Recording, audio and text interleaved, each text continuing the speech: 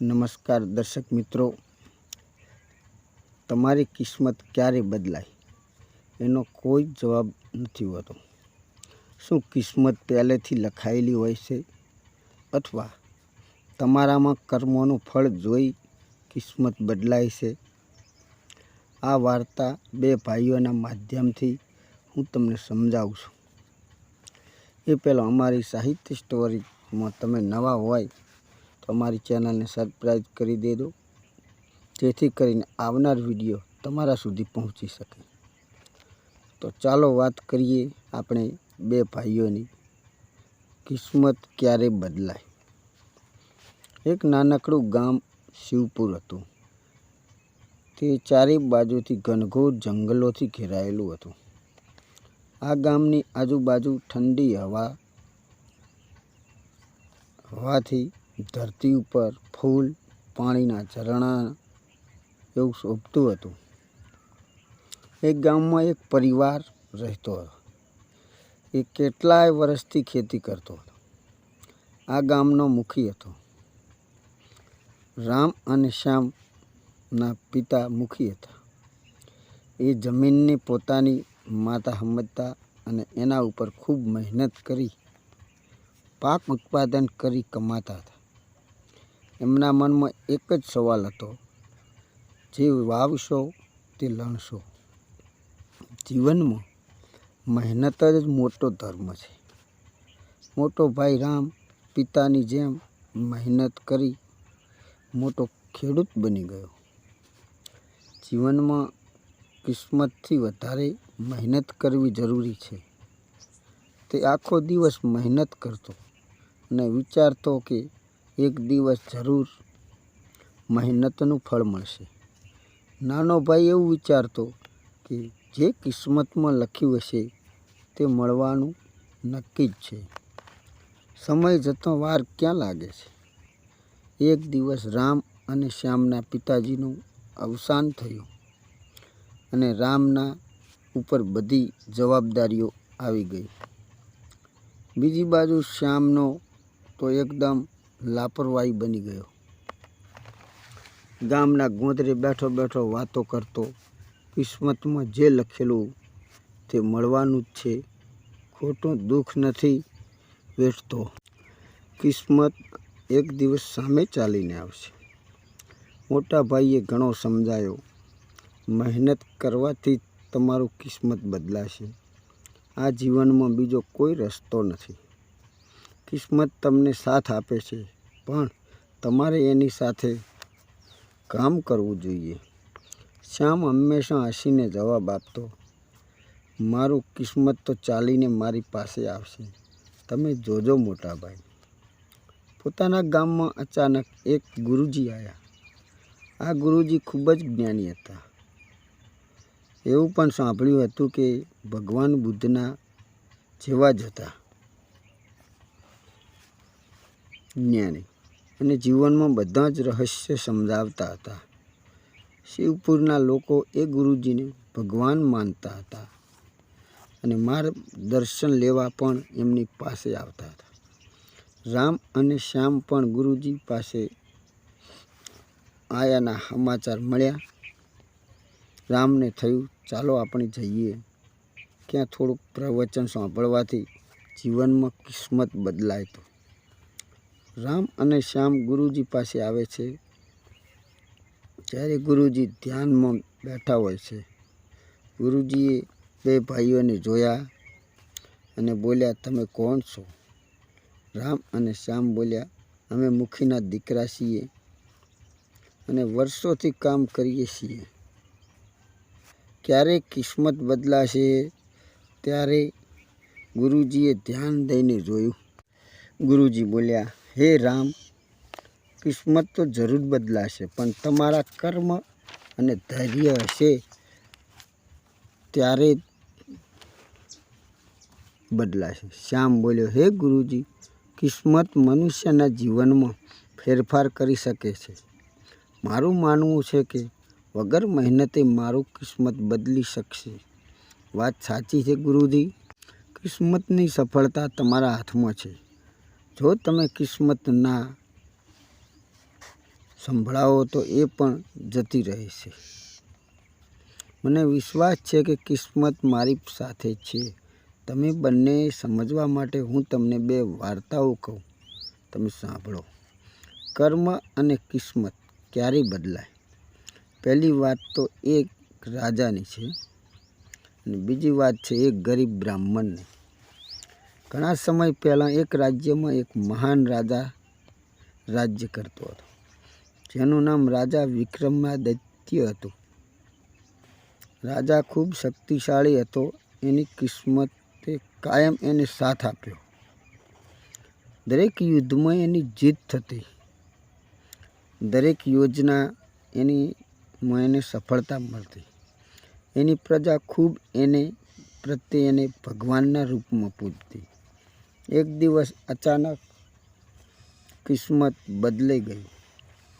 રાજા ઉપર બીજા રાજાએ આક્રમણ કર્યું, લડાઈ કરી અને યુદ્ધમાં આ રાજા હારી ગયો. એને સુખ, સંપત્તિ, સેના બધું ખલાસ થઈ ગયું. આખરે એનું કિસ્મત બદલાઈ ગયું. એ રાજાએ એક સાધુ પાસે જઈ પૂછ્યું, મહારાજ, મારી કિસ્મત સદાય મારી સાથે હતી, પણ હવે શું થયું? એ કિસ્મત પણ મારો સાથ છોડી દીધો છે. હે રાજન, સાધુ બોલ્યા, કિસ્મત હંમેશા એક જગ્યાએ નથી રહેતી. કિસ્મત એક ચક્ર છે, ફર્યા જ કરે છે. રાજન, તમારી કિસ્મતે તમને સાથ આપ્યો, પણ રાજન, તમે આ કિસ્મતનો અહંકાર કર્યો એટલે કિસ્મત તમારું ઉપરથી સીધે તમને નીચે લાવ્યા.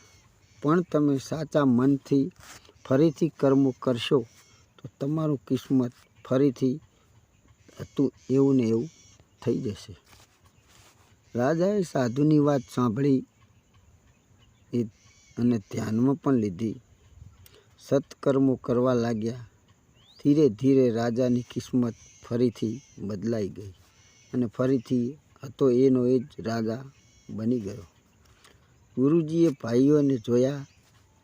એને કહ્યું, આ રાજાના માધ્યમથી સમજવું કે કર્મ અને ધૈર્ય, કિસ્મતનું પૈડું તમારા જીવનમાં ક્યારે ફરે એ તમારે કાંઈ નક્કી હોતું નથી. તમારે ધ્યાન દોરવું પડે છે. ગુરુજી કહે, હવે બીજી તમને એક વાત કહું. એક ગામમાં એક ગરીબ બ્રાહ્મણ રહેતો હતો. એ બહુ દુઃખી રહેતો, પરંતુ એની આશા એના કર્મો અને ધૈર્ય ઉપર અતૂટ હતો. એ રાત દિવસ મહેનત કરતો, પણ એને કિસ્મતે એને સફળતા આપી નહીં. એના ઘરમાં ગરીબી સિવાય કશું જ નહોતું. ખાવાના પણ બ્રાહ્મણને વાંધા હતા. એક દિવસ બ્રાહ્મણે ભગવાનને હાથ જોડીને કહ્યું, હે ભગવાન, મેં જીવનમાં મહેનત કરી છે, તો પણ મારી કિસ્મત કેમ બદલાતી નથી? ભગવાને એને સપનામાં દર્શન આપ્યા અને કહ્યું, તમારી કિસ્મત બદલવાનો સમય આવી ગયો છે. તારી ખરી મહેનત જ તારું કિસ્મત સુધી પહોંચાડ્યું છે. થોડી વાટ જુઓ, તારો સમય જરૂર આવશે. બ્રાહ્મણે ભગવાનનું બધું ધ્યાનથી સાંભળ્યું અને ધૈર્યની સાથે પોતાના કર્મો કરવા લાગ્યા. થોડાક સમય પછી એને સમય આવ્યો. એક રાજા એના કર્મો અને ધૈર્ય ઉપર ઉત્સુક થયો અને એના દરબારમાં એને મુખ્ય પંડિત બનાવ્યો. બ્રાહ્મણની કિસ્મત બદલી ગઈ. તેમ છતાં બ્રાહ્મણે પોતાના કર્મો તો ચાલુ જ રાખ્યા. ગુરુજીએ કહ્યું, કિસ્મત બદલતા સમય લાગે છે, ધૈર્યની તો જરૂર છે જ.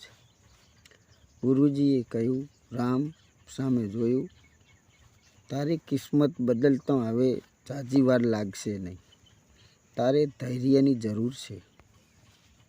હે શ્યામ, તારે એ સમજવું પડે કે કિસ્મત તો છાંયડો કોઈ દી એક જગ્યાએ રહેતો નથી. જો તું કિસ્મત ઉપર આધાર રાખે તો કંઈ જ નથી મળવાનું. કર્મ અને ધૈર્ય રાખો તો જ કિસ્મત આપોઆપ એના સમય પ્રમાણે આવી જાય છે. હે ગુરુજી, હું સમજી ગયો છું કે કર્મ અને ધર્મથી કિસ્મત જોડાયેલું છે. હું આજથી કર્મ અને ધૈર્ય રાખવાનું કોઈ દિવસ ભૂલીશ નહીં. ગુરુજી, મારો સમય બદલવાનો સમય હજુ બાકી છે. મહેરબાની કરી મને કહો. શ્યામ, બેટા, ટાઈમ તારી પાસે હજી ઘણો છે. આજથી કર્મ અને ધૈર્ય રાખો. કિસ્મતનું પૈડું ફર્યા વગર રહેશે નહીં. ગુરુજીની વાતો સાંભળી બે ભાઈઓ પોતાના ગામે પાછા આવ્યા. ગામની હરિયાળી જોઈ શ્યામને થયું કે આ મહેનતનું ફળ છે. ગુરુજીની સલાહ મુજબ આપણે બે ભાઈઓએ મહેનત અને ધૈર્ય રાખી કામમાં ધ્યાન આપવું. કિસ્મત તો આપોઆપ બદલાઈ જશે. થોડાક વર્ષ પછી ફરીથી બે ભાઈઓ ગુરુજીની પાસે ગયા અને કહ્યું, હે ગુરુજી, કર્મ અને ધૈર્ય તો કિસ્મતને બદલે છે, પણ આવું કરવા છતાં કિસ્મત ન બદલે તો શું કરવું? આ તો એકદમ સરસ સવાલ પૂછ્યો છે. જ્યારે મનુષ્યને કર્મ અને ધૈર્યની કિસ્મત ના બદલવાનો, એના માટે તમને એક નાનકડી વાત સંભળાવું. ધ્યાનથી સાંભળો. કેવા ખરાબ પરિસ્થિતિઓમાં પણ તમારું કિસ્મત બદલી શકે છે. પ્રાચીન કાળની વાત છે. રાજા હરિચંદ્ર નામના રાજાની વાત છે. તે સત્યપ્રિય એટલો રાજા હતો કે એની ગાથા પૂરા બ્રહ્માંડમાં ગવાતી.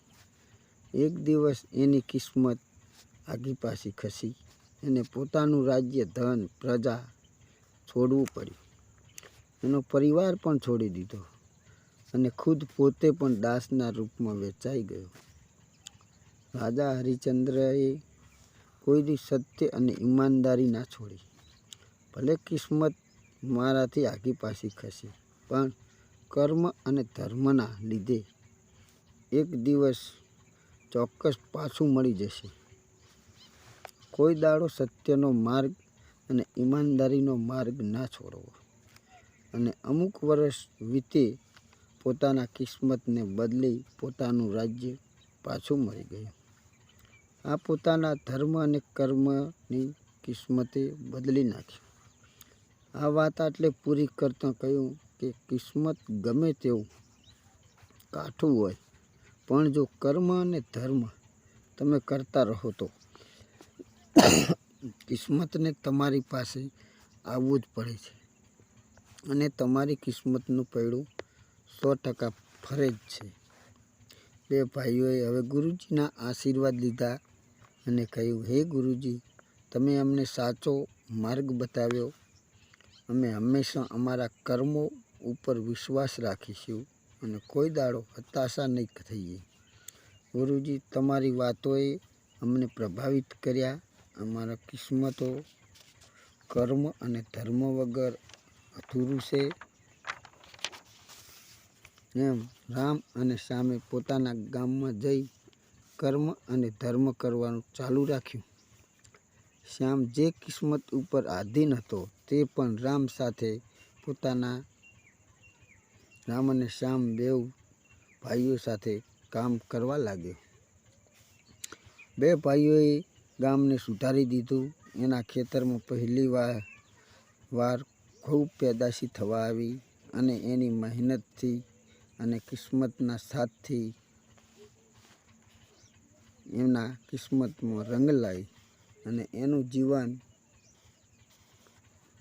સારું ચાલવા માંડ્યું. થોડાક વર્ષ પછી રામ અને શ્યામ ગુરુજીને મળવા ગયા અને ગુરુજીએ એક છેલ્લી વાત કરી, બેટા, કિસ્મતનો ખેલ કોઈ દી ઊભો રહેવાનો નથી. કિસ્મત એક ચક્ર છે, તે હંમેશા ફરતો જ રહે છે.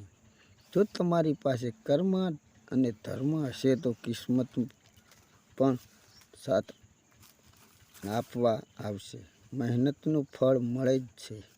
જીવનમાં કર્મ અને કિસ્મત એકબીજાના પૂરક છે. કિસ્મતનો ખેલ ગમે તેવો કાઠો કેમ ના હોય, આખરે જીત તો એની જ થાય છે જે કર્મ અને ધર્મ કરવાનું ચાલુ જ રાખે. જીવનમાં સોયડા અને તડકા તો આવશે ને જાશે. તમે પણ તમારા કર્મ અને ધર્મ ઉપર વિશ્વાસ રાખો તો કિસ્મત જરૂર બદલાશે. કર્મ અને ધર્મ કોઈ દી છોડવું નહીં. એ કિસ્મતને ગમે ત્યાંથી તાણી લાવશે. કિસ્મતનું પૈડું તમારા હાથમાં છે.